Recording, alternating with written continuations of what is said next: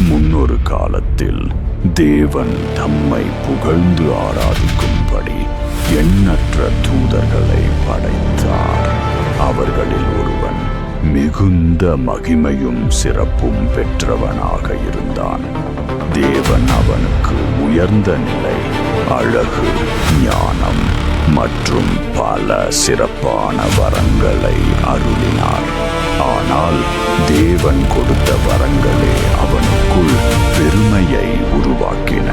தன்னிடம் இருந்த வரங்களை கண்டு மற்றவர்களை தாழ்வாக எண்ணத் தொடங்கினான்.